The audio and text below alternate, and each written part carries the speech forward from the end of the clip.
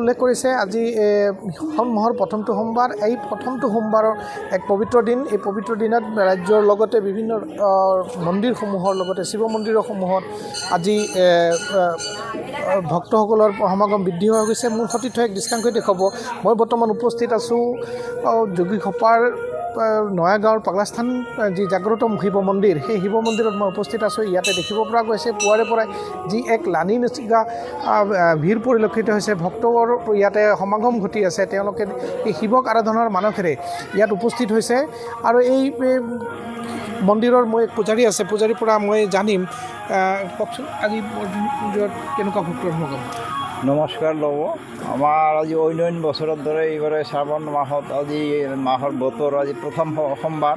প্ৰথম সপ্তাহত আমাৰ নানা প্ৰান্তৰ পৰা বহুত শিৱ ভক্তবিলাক আহি আছে আৰু আজি গোটেই দিনটো ধৰা আহি থাকিব। ইয়াতে আহি তেওঁলোকৰ মনস্কামনা যিবিলাক বিষয় বাসনা হেৰি কৰে সেইবিলাক নিশ্চয় পূৰ্ণ হয় আৰু বিশ্বাস আছে আমাৰ প্ৰত্যেকৰে যিবিলাক ভক্ত আহে সেইকাৰণে আহে, বিশ্বাস থকাৰ কাৰণে আহিছে ইয়াতে। শিৱক ভক্ত কৰাটোতো এটা পৰম্পৰাই আছে, কিন্তু শাওণ মাহত বিশেষকৈ সোমবাৰৰ দিনাখন শিৱ ভক্ত কৰাটো কি বুলি ক'ব?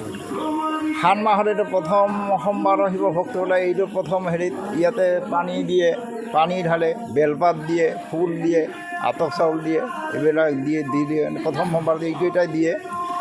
দি পেলাই সেৱা শুশ্ৰূষা কৰে। সেৱা শুশ্ৰূষা কৰিলে তেওঁলোকৰ মনস্কামনা, যাৰ যি মনস্কামনা লৈ আহে সেইবিলাক তেওঁলোকে নিজে নিজে ইয়াতে জনায় আৰু সেইবিলাক প্ৰভুৱে তেওঁ পূৰণ কৰে। আৰু তেওঁ এই আশালৈ আহে, নিশ্চয় পূৰণ কৰে আৰু কৰিও আছে। ইতিমধ্যে বহুতৰে উপকৃত হৈছে ইয়াতে আহি। এইখিনিকে কৈ মোৰ মতে পাগলাস্থান মন্দিৰটো এটা জাগ্ৰত মন্দিৰ।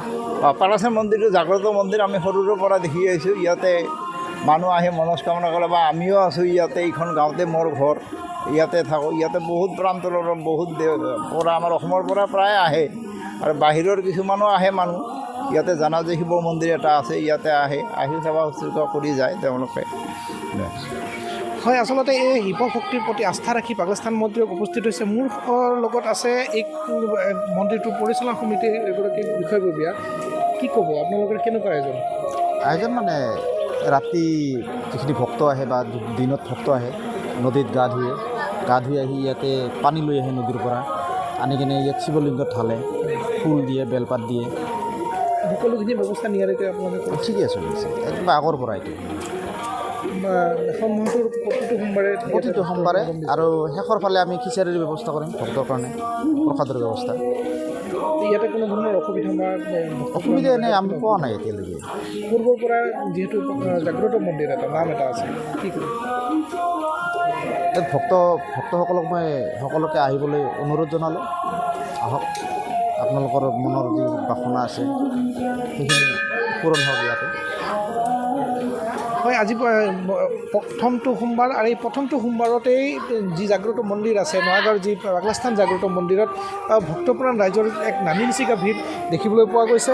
আৰু তেওঁলোকৰ ইয়াতে আহি যি পূজা অৰ্চনা কৰা দেখিবলৈ পোৱা গৈছে। তেওঁলোকে শিৱলিংগত পানী ঢালিছে আৰু লগতে তেওঁলোকৰ মনোবাঞ্ছনা পূৰ্ণ হয় বুলিহে এই মন্দিৰটোলৈকে অহা পৰিলক্ষিত হৈছে।